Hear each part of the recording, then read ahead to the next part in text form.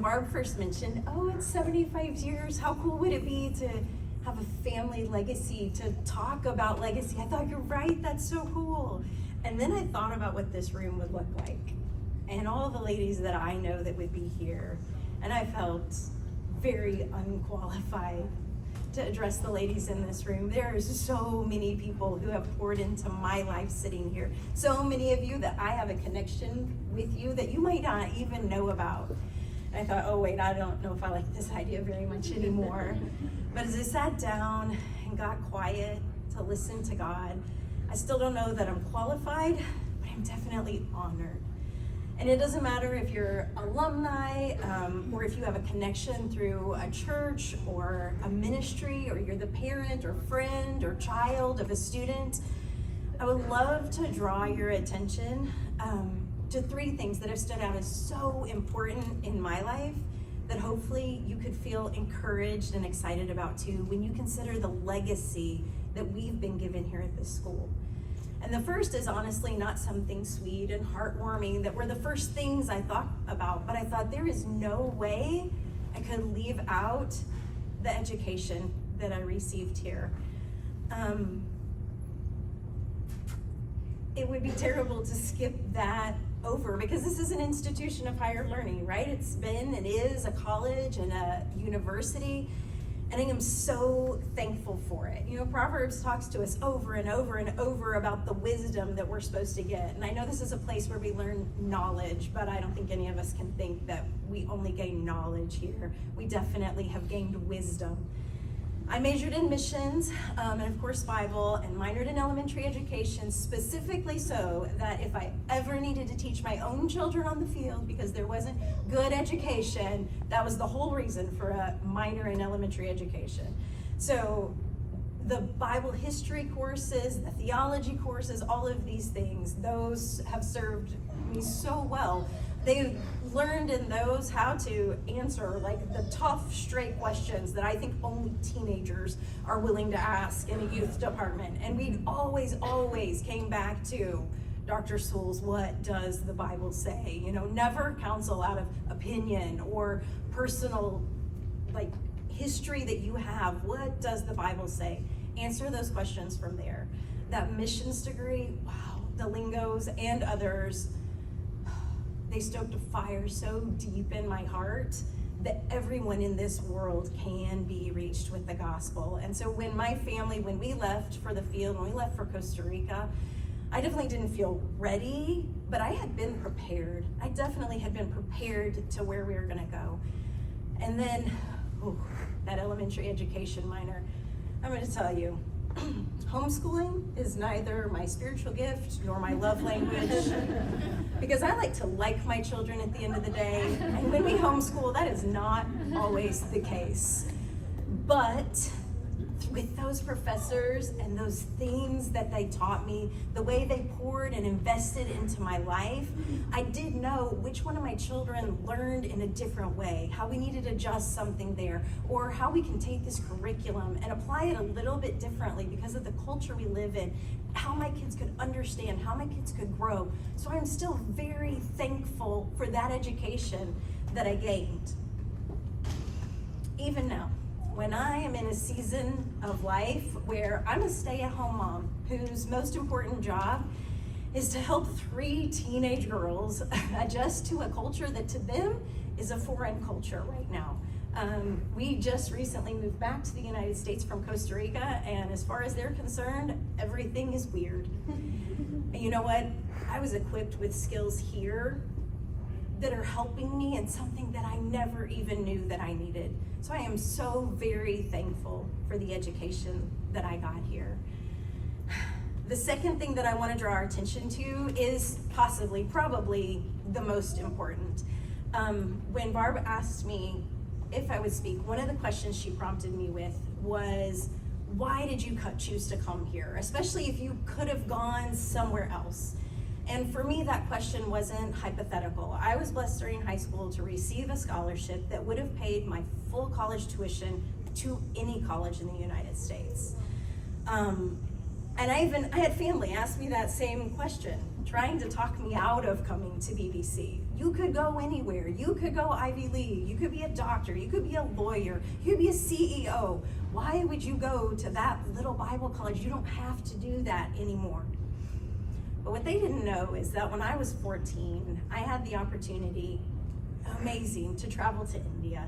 By the way, with BBFI pastors, to visit BBFI missionaries who were there to encourage pastors and churches and Bible colleges that have been planted there. Such an amazing experience. And while I was there, in the compound that the missionaries had, I looked over the city where we were, and God spoke so clearly to my heart. Jennifer, you are looking at thousands upon thousands upon thousands of people who have never heard my name. And not that they weren't saved, not that they didn't fully understand the gospel, that have never heard the name Jesus Christ.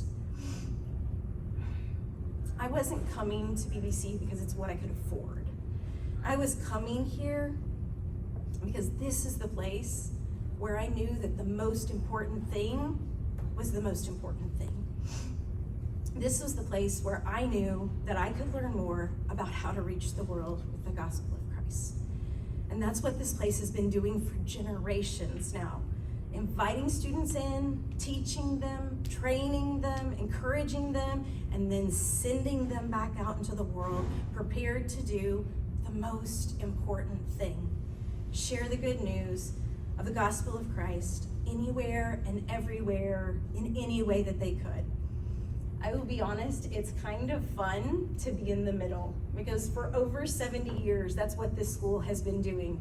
And so, kind of funnily, I've seen some of the generations before me do even social media posts to say, oh my goodness, I can't believe what the students get to wear now. We couldn't have done that while I was in school. I can't believe what they get to do now. We could have never done that. But I've also had the conversations with the generations that have come after me going, I could have never done what they did. I could have never lived under those rules. I would have died.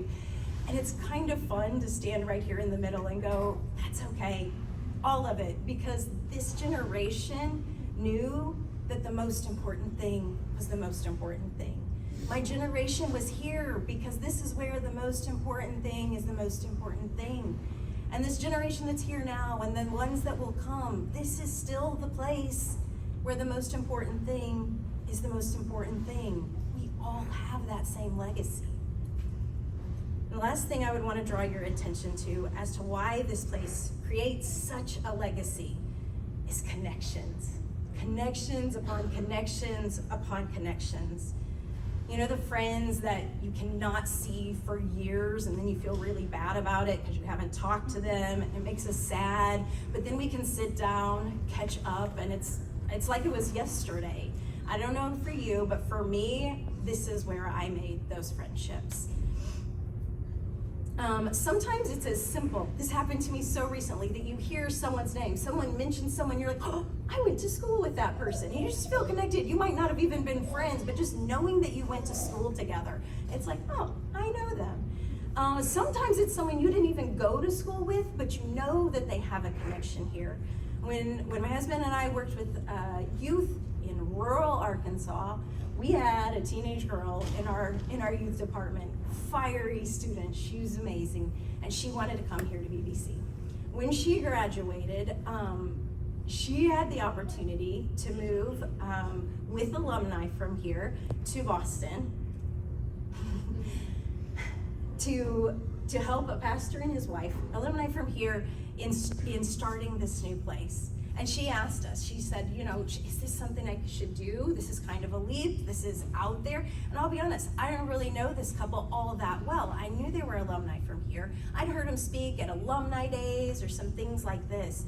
But I so easily could say, yes, take that step, make a leap of faith, go do something different. Go experience something, because I don't know if you know this, but rural Arkansas and Boston are about the most different cultures. I think it could be more different than another country than you could ever do. Go do something in a different way than you've ever seen us do it here. Why?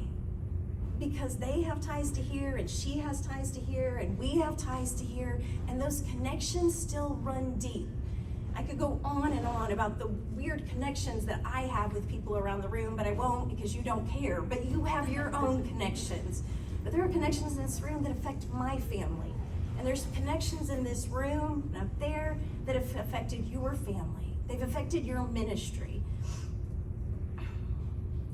In Philippians chapter 1, and I put this in the wrong place, so we'll not quote it. Paul says, I thank my God upon every remembrance that I have of you, that he has put the same ministry in your heart and in my heart. The connections that I've gained here, there is no value, no price that I could put on those things. This place is a place of education. This place is a place where the most important thing is the most important thing. And this place is a place where connections are made that affect our lives, they impact our families' lives, and they impact our ministries' lives. So I want to ask you, leave here today, leave here this week, encouraged and excited about the legacy that this school has and that you're a part of it. Whether you graduated from here, or you're here today, this place is affecting you and you have a part in all of that. Okay, so next, we got my cousin Emily. Emily grew up with me thinking that she and her siblings should be my siblings. I'm an only child and I wanted them to come live with me.